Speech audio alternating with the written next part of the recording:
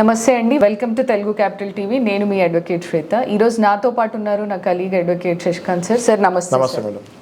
Sir, usually చాలాసార్లు civil cases అనేవి నడుస్తూ ఉంటాయి.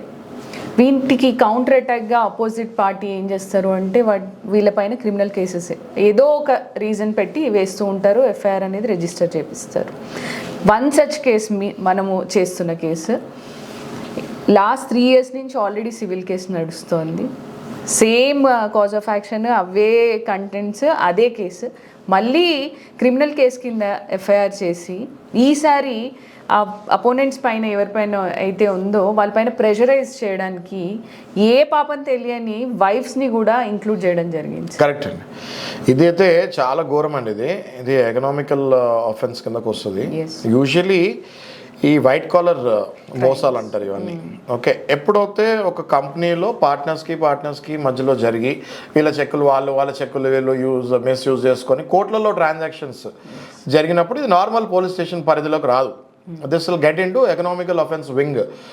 ఇలాంటివి మనము హైదరాబాద్లో ఎన్నో కేసులు చూస్తుంటాం. బికాజ్ హైదరాబాద్ మనకు తెలుసు బిజినెస్లో ప్రథమంగా సాగుతుంది కాబట్టి మనకు దేశంలోనే ఇక్కడ ఎకనామిక్ అఫెన్సెస్ బాగా జరుగుతుంటాయి. ఇలా జరిగినప్పుడు దీన్ని సివిల్ కేసు ఇంతకు ముందే సివిల్ కేసు నడుస్తున్నప్పుడు మీకు భారీగా ఏదో ఇంకా కనిపించింది చీటింగ్ జరిగినప్పుడు ఎకనామికల్ అఫెన్స్లో కూడా తీసుకుంటారు మేడం. ఇది తీసుకుంటారు. ఆ సెక్షన్స్ కొన్ని 10 సెక్షన్స్ కింద ఇది క్రైమ్ కింద కూడా ప్రకటించి అరెస్ట్ చేసే అవకాశం కూడా ఉంటుంది. అయితే ఇందులో మనం చూసిన కేసు, మనం డీల్ చేసే కేసులో ఏంటి అంటే భార్యను కూడా ఇన్వాల్వ్ చేస్తాం జరిగింది. ఏమని, భార్య అకౌంట్లో కూడా డబ్బులు పడ్డాయి కాబట్టి భార్య కూడా దీనికి అర్హురాలే అని చెప్పి భార్యను కూడా వేస్తాం జరిగింది. ఆ భార్యను కూడా వాళ్ళు A3 A4లో పెడతాం జరిగింది.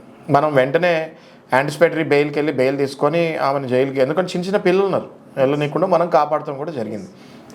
ఈ కేసులో, ఇలాంటి కేసెస్లో భార్యది ఏ తప్పు లేనప్పుడు వెంటనే మీరు అప్పటికప్పుడు మీరు సరే, కొంతమంది యాంటిసిపేటరీ బెయిల్కి వెళ్తారు, కొంతమంది 41A అడుగుతారు, ఒక్కొక్క అడ్వకేట్ ఒక్కొక్క స్టైల్లో వెళ్తూ ఉంటారు. అయితే నేను అనేది ఏంటి అంటే ఇమ్మీడియట్గా యాంటిసిపేటరీ బెయిల్కి ఒకవేళ మీరు వెళ్ళినా కూడా క్వాష్ అన్నది వేసేస్తే, ఈ కేసుకి క్వాష్ అనేది వేసేస్తే యాంటిసిపేటరీ బెయిల్ వేసే అవసరమే లేదు. ఎందుకంటే ఐదర్ మీకు క్వాష్ అయినా అంటే కేసు అయినా కొట్టేస్తారు, లేదా అరెస్ట్ చేయకుండా ఆగండి, ఇది ఇందులో మాకు అనుమానం లేని జడ్జి గారు, ఆనరబుల్ జడ్జి గారు హైకోర్టు నుంచి మనకి ఆదేశాలు ఇస్తాం జరుగుతుంది. అంతేకాకుండా ఆ తర్వాత ఈమె మానసికంగా షో పడుతుంది కాబట్టి డెఫినెట్గా ఆ అధికారుల మీద కూడా మనము కొన్ని సెక్షన్స్ కింద వాళ్ళకి రిమార్క్స్ పడే అవకాశాలు ఉంటాయి. అలాంటి అధికారులని ఏమీ చూడకుండా ఆ అమాయకులైన ఫ్యామిలీ మెంబర్స్ మీద కేసులు వేసినప్పుడు వాళ్ళకు కూడా లెసన్ చెప్పే బాధ్యత మనం తీసుకోవాలి. అంటే తప్పదు.